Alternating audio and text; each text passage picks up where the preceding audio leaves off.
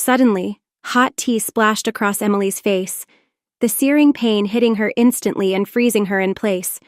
As she wiped the scalding liquid away, she looked up to see her mother-in-law, Ethel, standing there with an empty cup in her hand. Ethel's expression was cold, detached, and unreadable, as though the incident had been intentional. Emily struggled to process what had just happened, the shock rendering her speechless. This wasn't the first time Ethel had crossed the line, but Emily was determined it would be the last. Their eyes met, and as Ethel's sharp voice broke the silence, Emily knew that she had reached her breaking point. I'm Emily, 35 years old. What began as a hopeful marriage to Ryan has turned into an ongoing struggle, not just with him, but also with his mother, Ethel. Ryan and I met in college while both pursuing degrees in business administration, dreaming of a successful career in finance. 5 years ago we married, eager to build a life together. But everything changed 5 months ago, when Ryan lost his job. Since then, I've been working hard in the finance world, earning a steady $8,000 a month from stock trading. It's enough to cover our bills, but it's never enough for Ethel. She's never fully accepted me, and with Ryan out of work, her resentment has only grown. Despite my financial contributions, covering the mortgage, utilities, groceries, and more, Ethel continued to demand more. Her latest request was for an additional $5,000 a month, on top of what I was already providing. One morning, after Ryan left for a job interview that I hoped would be promising, Ethel cornered me in the kitchen. She sat at the table, sipping her tea and glaring at me as I cleaned the counters. Her words were dripping with hostility. "You think just because you're making money you don't have to pay your share?" she asked. I took a deep breath, trying to stay composed. "Ethel, I'm paying all the bills. What more do you want from me?" I responded, my voice steady despite my frustration. Without hesitation, she replied, "I want you to pay $5,000 more each month." It felt as though she believed this was a perfectly reasonable request. I shook my head in disbelief. "I'm already paying for everything, Ethel. I have nothing more to give," I said firmly, though the pressure was building in my chest. Her gaze hardened and she hissed, "Then maybe you should think about leaving. If you can't pull your weight, you don't belong here." Her words stung, but they also confirmed what I'd known for a long time. I was no longer welcome. Ethel would never accept me, and her demands were a clear reflection of her resentment. In that moment, I knew I had to make a choice, not just for myself, but for my own peace and dignity. This was no longer about seeking acceptance. It was about reclaiming my sense of self-worth and finding a life free from constant conflict. That day, I made the decision to stop letting Ethel's disapproval dictate my life. I was ready to move forward toward a future where I could be truly happy, even if it meant leaving behind the life I had worked so hard to build. I had been the one holding everything together in our home, not Ryan, yet Ethel had the audacity to ask for more. My patience finally broke. "I'm not the one slacking off here, Ethel," I said firmly. "Maybe you should ask your son to contribute before you come after me." That's when she lost it. In a flash of anger, Ethel jumped up, grabbed her cup of tea, and threw it directly at my face. The scorching liquid hit my skin, but the shock and hurt from the vicious act cut even deeper. I stumbled back, stunned and silent, as she stormed off, muttering about how ungrateful I was and how I didn't deserve to be in her family. In that moment, I knew I couldn't stay in that house another day. That night, I packed my things and left. Ryan wasn't home, probably at another unsuccessful job interview, I guessed. I didn't wait for him to return. I went back to my parents' house, feeling a mix of exhaustion, relief, and sadness. Days passed, and I didn't hear a single word from Ryan. No call, no message. At first, I was surprised. I had expected at least some kind of apology or explanation, but as the weeks went by, it became clear to me that I meant very little to him, or at least far less than his mother did. A month passed, and my feelings for Ryan began to shift. What once was love faded into a sense of clarity. I realized I couldn't return to a marriage where I was constantly devalued and manipulated. I began to consider divorce seriously, finally accepting that my happiness and self-respect were more important than holding on to a broken relationship. One early morning, the doorbell rang, pulling me from my thoughts. I glanced at the monitor and was stunned to see Ryan and Ethel standing outside. They looked exactly the same as the last time I'd seen them, as though nothing had changed. "What now?" I muttered, feeling my frustration rise. Reluctantly, I pressed the intercom button. "Yes, what can I do for you?" I asked, keeping my tone calm despite the growing frustration inside me. Ethel's voice crackled through the speaker, cold and sharp. "I've forgiven you, Emily," she declared, as if bestowing some grand favor. "Come back home now." My eyebrows shot up. "Forgiven me?" I repeated, both confused and angry. For what exactly? I hadn't done anything wrong, yet here she was acting as if she had power over me. Without another word, I ended the call and stepped away from the door, my heart racing with anger. But they didn't leave. Instead, they started banging on the door, their voices growing louder and more insistent. "Don't just hang up on us, let us in!" Ethel shouted. Not wanting to disturb my parents or the neighbors, I reluctantly opened the door, deciding it was better to hear them out and bring this ordeal to a close. Ryan and Ethel stepped inside, and I motioned for them to sit on the living room sofa. I took a deep breath, preparing myself for whatever confrontation awaited me. I was done being trampled. This time I was determined to get the answers I deserved. I took a steadying breath and faced them both directly. "What do you want?" I asked, cutting straight to the point. Ethel leaned forward, her gaze sharp and unyielding. "You need to come back," she declared, her tone dismissive. "It's time to stop acting like a child and return to your responsibilities." My jaw clenched at her words. "You told me to leave, Ethel. I left because of you. Now you expect me to come back like nothing happened?" My voice was calm, but I could feel the frustration bubbling beneath the surface. Our conversation quickly turned heated. Ethel accused me of abandoning Ryan and my duties to the household, while I reminded her of the mistreatment and constant hostility I had endured under her roof. The argument rose to a fever pitch, voices overlapping until finally Ryan broke his silence. His voice was soft and unsteady. "Mom, there's something I need to tell you." Ethel turned to him, her anger momentarily subsiding. "What is it?" she demanded. Ryan looked down, avoiding her eyes. I've been out of work for months now, Mom. Emily was the one supporting us all along. I wasn't contributing anything." Ethel's face twisted in shock and disbelief. "What do you mean?" "You told me everything was fine." Ryan sighed, his shoulders slumping. "I didn't want you to worry. I thought I'd find something soon, but I just didn't." His excuse only seemed to enrage Ethel further. She exploded, her anger shifting entirely onto Ryan. "So you've been lying to me, relying on her while sitting around doing nothing?" She glared at him, her voice dripping with disappointment. As I watched them unravel, a strange calm washed over me. This was exactly the toxic environment I had escaped, and I knew I couldn't return. I quietly reached into my bag and pulled out the divorce papers I had been holding on to for weeks. I placed them into Ryan's hands, watching his eyes widen in disbelief as he stared at the documents, still trying to process what was happening. "Emily, this is too sudden," he stammered, his voice barely audible. "Don't you think we should at least talk about this?" I shook my head, a clarity settling in that I hadn't felt in a long time. "I've had weeks to think about it, Ryan. You didn't reach out once. You didn't care. Your mother has treated me horribly and you've stood by and let it happen. I'm not going back to that house."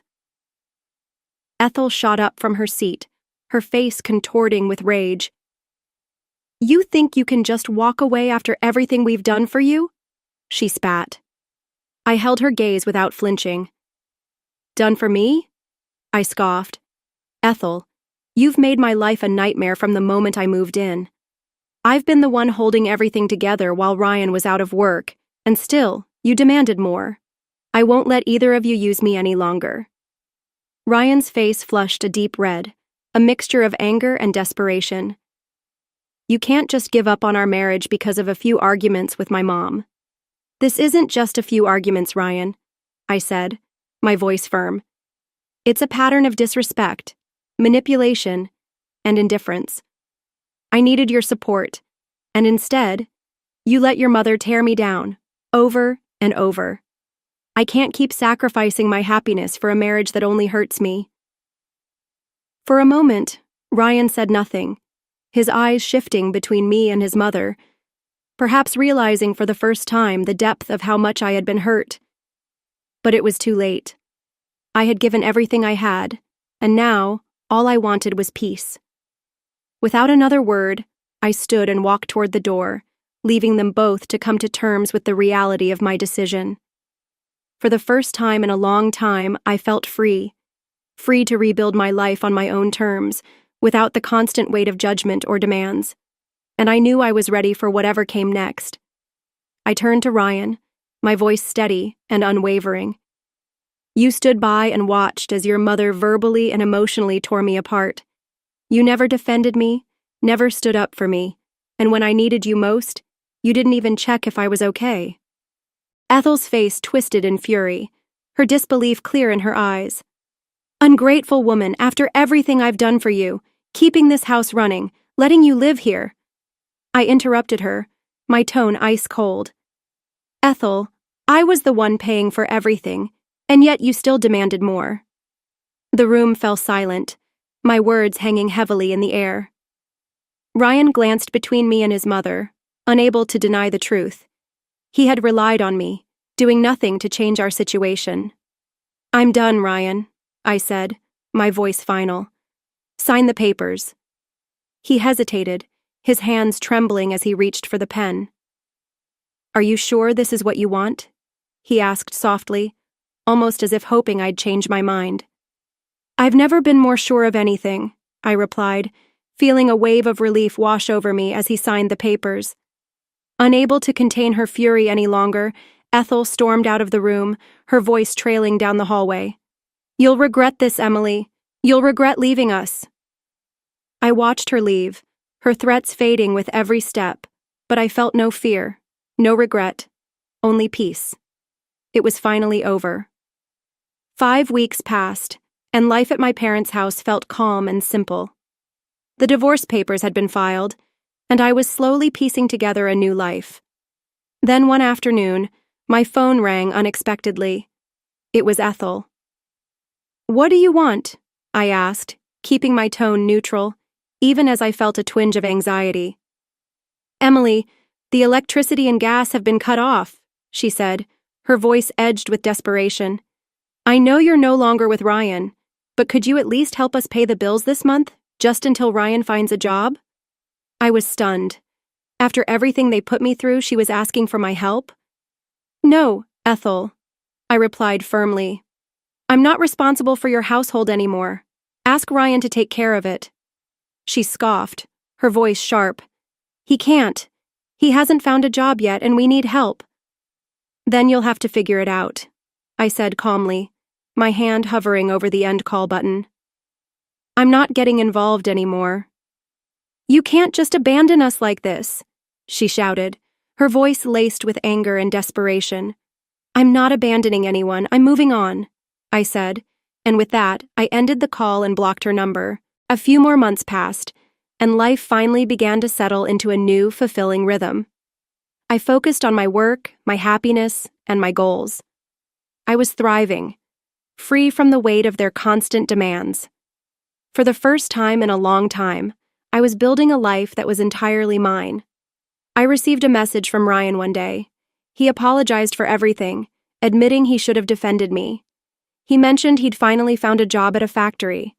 Despite his apology, I felt no need to reconnect with him or his mother, so I blocked his number as well. I had moved on, and reopening old wounds felt pointless.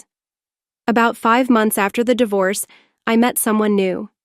His name was James, and he was kind, dependable, and respectful. Everything I had hoped for but never found in Ryan. We took things slowly, enjoying each other's company without rushing.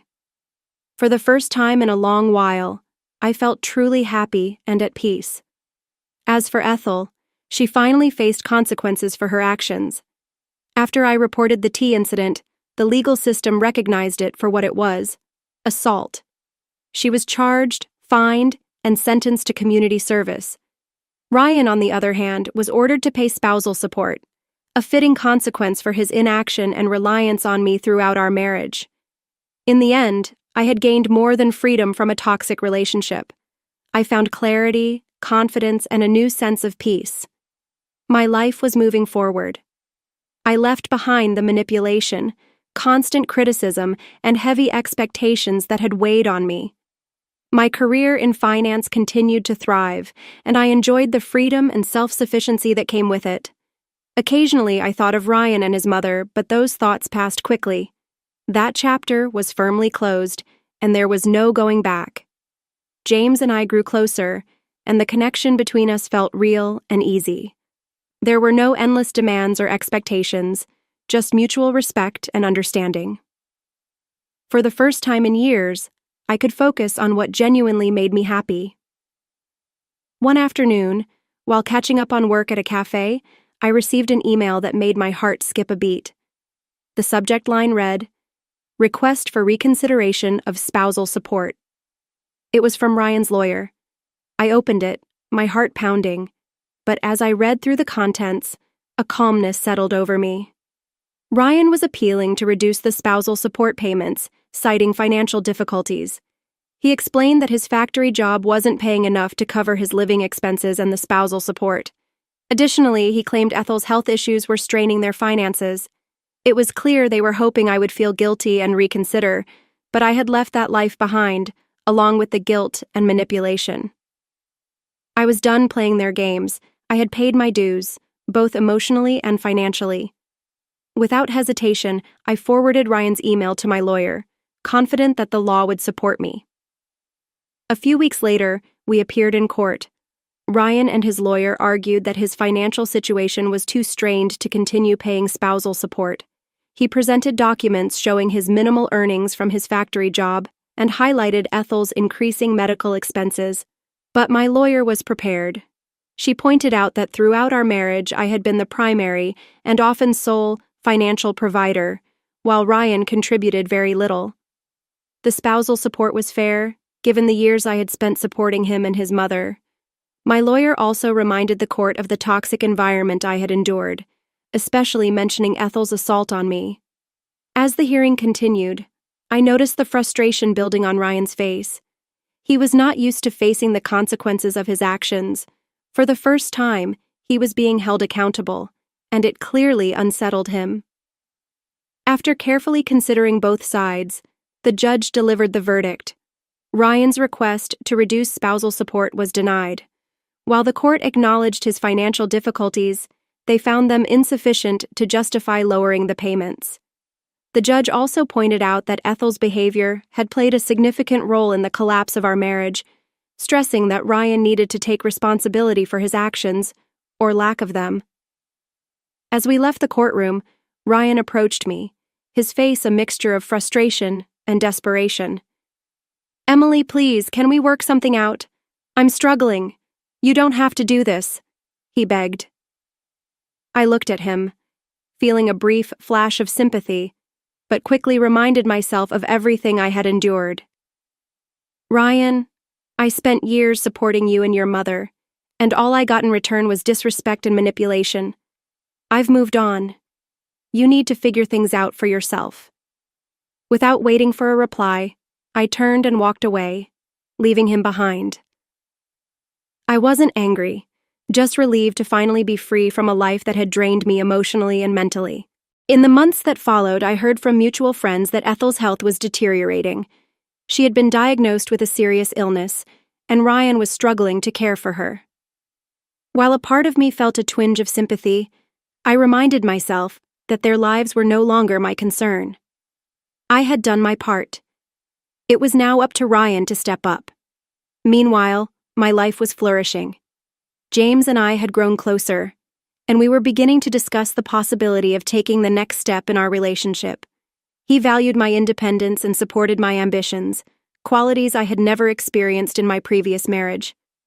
Being with someone who respected and appreciated me without trying to control or change me felt both refreshing and empowering. One day, as I scrolled through the news on my phone, I realized just how far I had come. My life was finally my own, filled with peace, growth, and genuine happiness. The struggles and pain of my past felt distant, like a closed chapter in a book. I was living fully, free from the shadows of the past, and ready for whatever new adventures lay ahead. Then a headline caught my eye. Local woman sentenced for assault in tea incident. My heart raced as I clicked on the article, and there it was, an update on Ethel. The case I had filed against her for throwing hot tea at me had finally been resolved. The court had found her guilty of assault, sentencing her to a significant fine and additional community service. A wave of emotions washed over me as I read those words. Ethel had finally been held accountable. It wasn't about celebrating her downfall. It was about the peace that came from knowing justice had been served. It felt like the last piece of closure I needed. Months later, I was out to dinner with James, reflecting on how far I had come. I had walked away from a toxic marriage, faced legal challenges, and emerged stronger than ever. I found happiness in my career, in my relationship with James, and, most importantly, within myself. The burdens of the past no longer weighed me down.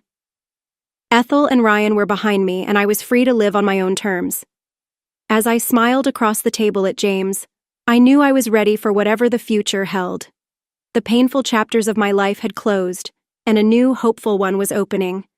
I was free, strong, and finally at peace, ready to embrace all the good things life had to offer.